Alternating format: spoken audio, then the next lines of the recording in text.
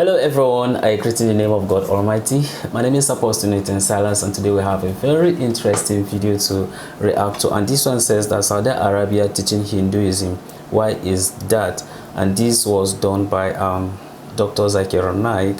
I believe that we are going to learn from the video probably the reasons in which Hinduism is being taught in Saudi Arabia. So if today happens to be the first time of you checking out my channel, don't forget to subscribe to my channel and follow me on my Facebook and Instagram. And if you have any video you want me to react to, don't forget to drop it at the comment section and I'm going to check it out. So guys, before we get on to the video, I'm a theologian and I make this video not to discredit anyone's religion.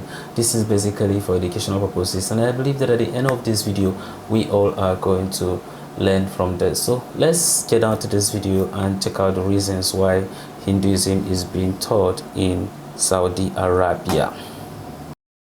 Please share your views on the new curriculum of Saudi Arabia. All right. As per the new curriculum, Ramayana and Mahabharata is added to the syllabus. What is the purpose of Saudi Arabia behind this? A similar question is asked by Zakir Ahmed, a businessman from Mumbai, India. I heard in the news that Saudi Arabia will teach Hinduism as well as Ramayana and Mahabharata in the education system. Is it not haram for a Muslim country or organization to teach Hinduism to Muslim students or anyone else? Interesting question. Regarding the question that is it permissible for a Muslim country or Muslim organization to teach Hinduism or Ramayana or Mahabharata to Muslim students or anyone else, and what is the purpose of Saudi Arabia to introduce Hinduism, Ramayana and Mahabharata into the syllabus? The reply to this question is based on the first hadith of Sahih Bukhari, volume 1, hadith 1, which says, Innamal amala bin niyyah. That the Prophet said, your actions are judged by the intention. As far as a Muslim organization or institute teaching Ramayana or Mahabharata to the Muslim student, it depends upon the intention. Many may not be aware, but I'll tell you that in my school in Bombay, Islamic International School, we used to teach Ramayana and Mahabharata. But what was the purpose? Our purpose was, our intention was to make the students dais so that they could convey the message of Islam to the non-Muslims. So we used to teach Bible, we used to teach Hinduism, we used to teach Christianity, we used to teach Ramayana, Mahabharata, Veda. But our purpose was based on the verse of the glorious Quran from Surah Al-Imran, chapter number 3, verse number 64, which says, Qul ya ahlal kitab, say, O people of the book, ta'alaw ila kalimatin sawa'im bainana wa bainakum. Come to common terms as between us and you. Which is the first term? Allah na'budu illallah. That we worship none but Allah. Wala nushrika bihi shay'an. That we associate no partner with him. Wala yattakhiza ba'duna ba'dan arbaban min dunillah. That we erect not among ourselves lords and patrons other than Allah. Fa in tawallaw. If then they turn back. Faqul shahadu. Say, bear witness. Bianna muslimun. That we are Muslims bowing our will to Allah subhanahu wa ta'ala. So Allah subhanahu wa ta'ala gives us guidance in the Quran that when you are doing dawah to the non-Muslims, to the Ahl Kitab or to the other non-Muslims, the one of the best ways of doing dawah is ta'alaw ila kalimatin sawa'im bainana wa bainakum. Come to common terms as between us and you. Which is the first term? Allah na'budu illallah. That we worship none but Allah. So our purpose of teaching the non-Muslim scriptures to our students in Islamic International School was to equip them with the knowledge of the scriptures of the non-Muslims so that they could do dawah to them. Our main purpose was to get them closer to Allah subhanahu wa ta'ala. Number one is Tawheed. So when we taught them the Ramayana, the Mahabharata, the Vedas, we taught them that in the scriptures actually God is one. But we tell them that the major difference between a common Hindu and the common Muslim is the common Hindu believes that everything is God. The sun is God, the moon is God, the tree is God, the man is God. The snake is God. What we Muslims believe, a common Muslim believes that everything is God's. G-O-D with an apostrophe S. Everything belongs to God. The sun belongs to God, the moon belongs to God, the tree belongs to God, the human being belongs to God, the snake belongs to God. So the major difference between the Hindu, common Hindu, and the Muslim is the common Hindu believes everything is God. We Muslim believe that everything is God's. G-O-D with apostrophe S. If we can solve this difference of apostrophe S, the Hindus and the Muslim will be united. So our purpose was to point from the Hindu scriptures that actually the Hindu scriptures speak about Tawheed, but the Pandits and the common Hindus, they are taught about idol worship, they are taught about worshipping fake God. So we want to get them closer to Islam. So we teach them the quotation, we talk about Tawheed, we talk about similarities, the various different similarities that talk about the coming of the last and final messenger. Then we say that in the Hindu scriptures, it says that you should not have alcohol. Quran says that, the Hindu scriptures say that Hindu should not have alcohol. The Hindu scriptures say you should not gamble. The Quran says you should not gamble. And various similarities. And I've written a book on similarities between Islam and Hinduism. So if the purpose of the Muslim institution or the Muslim organization or the Muslim country is to see to it that you win over the Hindus and get them closer to Islam, or train the Muslims how to do dawah to the Hindus, then teaching these Hindu scriptures is mustahab. But if your intention is we want to be secular and we want to show to the world that okay, no problem whether you're a Hindu or a Muslim, and we want to teach the religion as though it is one of the valid religions in the world, then teaching Hinduism in that institution is haram. So it depends upon a niyyah. I don't know what is the niyyah of Saudi Arabia. I am not the spokesperson. But if the niyyah is to teach Mahabharata and Ramayana and the Hindu scriptures, to teach the Muslim students how to do dawah to the Hindus, it's good. And there are many Hindus in Saudi Arabia. There are about 10 million expatriates, out of which more than 4 million are Indians, out of which approximately 1.5 to 2 million may be Hindus.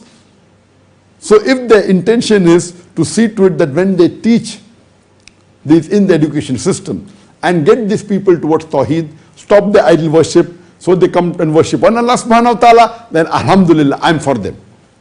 But if the intention is, okay, we want to show that we are becoming secular and we don't mind, you can follow any religion, it is going again the verse of the Quran of Surah Imran chapter 3 verse number 19, which says, Inna dina in the Allah Islam. The only religion acceptable in the sight of Allah is Islam. Allah clearly says in the Quran in Surah Imran chapter 3 verse number 185. Surah Imran chapter 3 verse number 85. That Allah will not accept any other religion except Islam. Anyone who follows any other religion besides Islam, it will never be accepted of him. And he will be amongst the losers.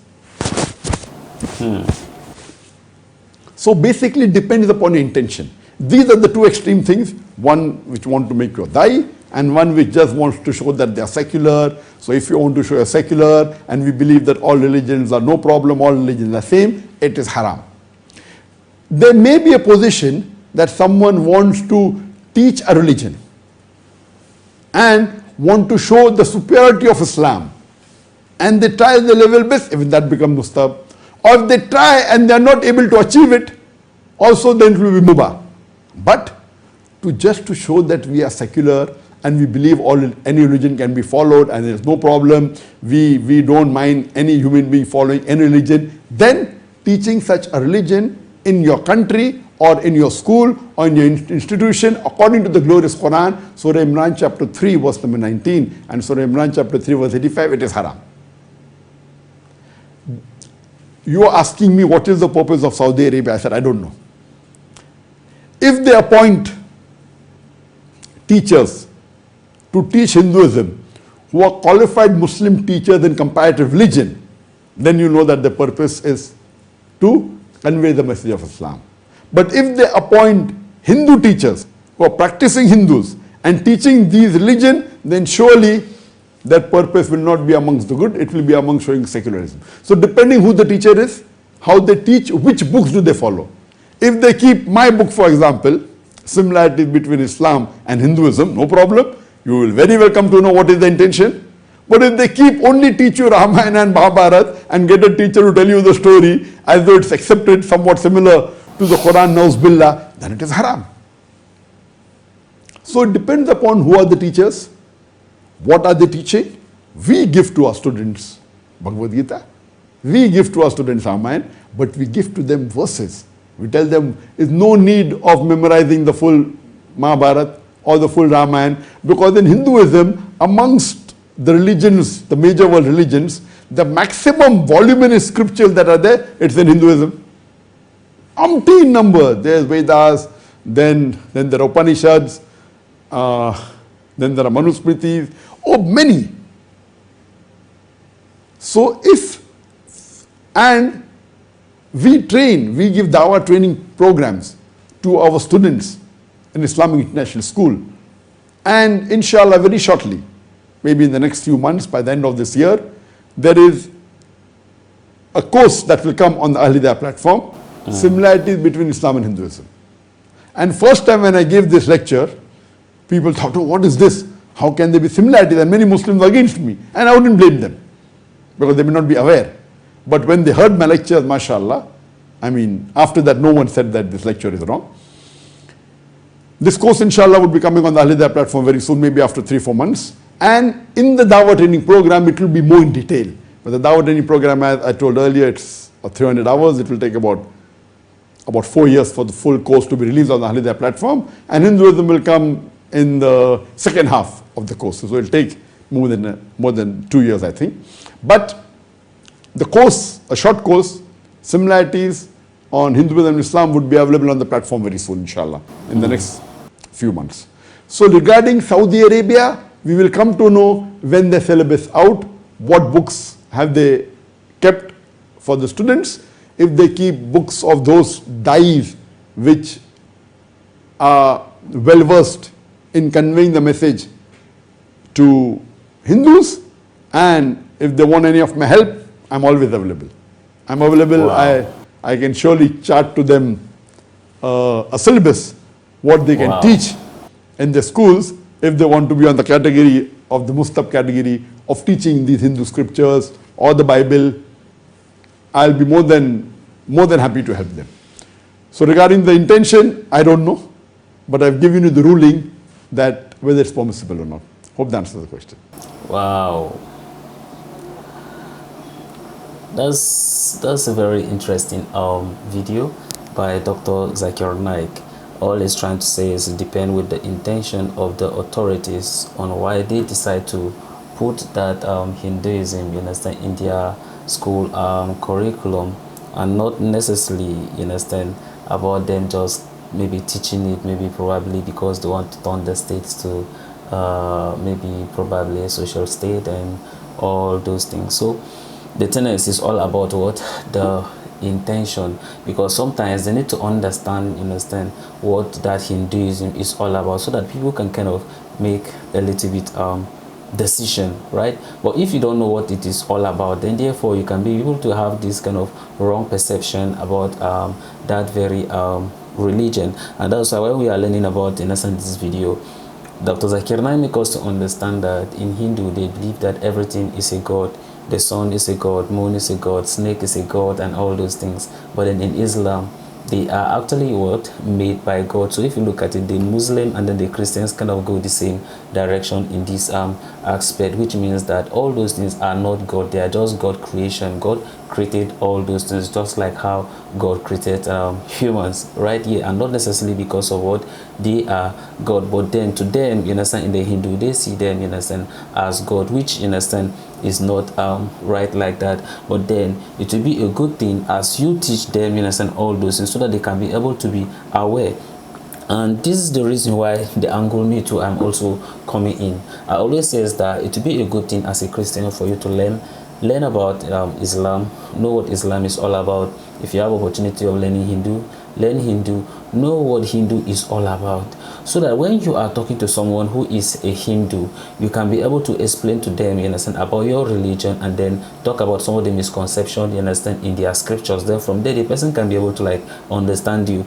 But if you have no idea about their religion, you only speak about your own religion, so how do you think the person is going to give you an audience or try to listen to you? You see, those things are always what impossible. So what that is there is that understand their religion, understand their belief system, and how, you understand, they'll go about it. From there you can be able to like engage them in conversation and then talk to them, you understand, about God. But if it's not like that, how can you also, you understand, know about, you understand, their religion?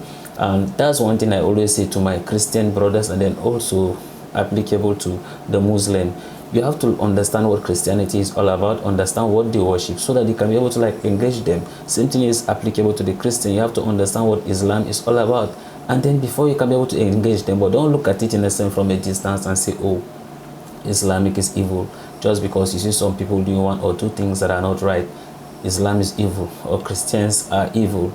You see it in, or Hindu are evil. First, let's try to understand their religion. Let's try to understand why, you understand, they do what they do. At least it can be able to like give us an insight on how to be able to tackle such a people, or can be able to like what to engage such a people. If you know, so it's going to help you. But if you don't do that, then it's going to bring this kind of conflict of interest, you understand. When you're trying to have a conversation, you could end up, you understand, saying some certain things that you are not supposed to be saying. Just like the way before, I don't used to know that Jesus Christ is actually in the Quran, but then I got to realize that, wow, there's even a particular book that is even talking about, you understand, Surah Miriam is talking about the birth of Jesus Christ and everything that has to do with Jesus Christ, his ministry and everything. But before, I did not know. Just that the only difference is that they only see him as a prophet. So that's why there's a need for you to understand other people's religion before you can be able to like say something else. Otherwise, you'll just be ignorantly saying some certain things. And that's why I was even very surprised to see that a lot of Muslims really understand the Bible very well. Like how I've been listening to some people talking at the comment section and all that. I'm like, wow, these people, they really understand what they are saying. Just that they need to, you know, understand some few things. But then a very interesting video. I hope that some of us have actually learned from this video, as a Christians, as a Muslim, as a Hindu, and all that. And God is going to bless you. And then any contribution you have, I want you to drop it at the comment section, and God is going to bless you as you do so. So this is the end of my video. If you like my reaction, you should like, share, and subscribe. And if you have any video you want me to react to, don't forget to drop it at the comment section, and I'm going to check it out. So you remain blessed, and I see you in my next video. Bye bye.